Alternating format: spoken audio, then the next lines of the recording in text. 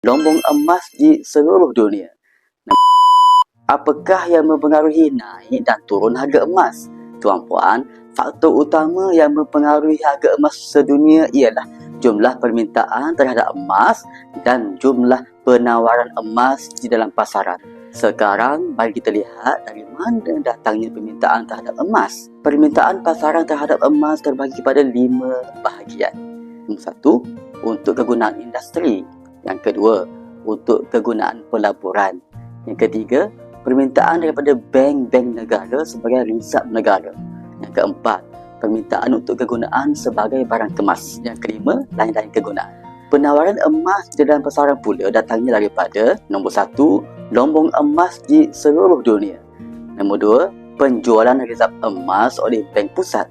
Dan yang ketiga, emas terpakai yang digunakan semula. Jadi, perbezaan antara penawaran dan permintaan emas inilah yang akan menentukan turun naiknya harga emas dalam pasaran dunia.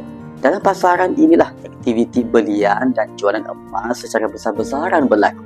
Dengan kata lain, setiap masa akan ada pasaran emas yang akan dibuka dan ditutup.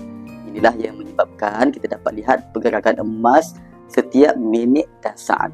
Jom saya bantu untuk memulakan tabungan emas sekarang juga.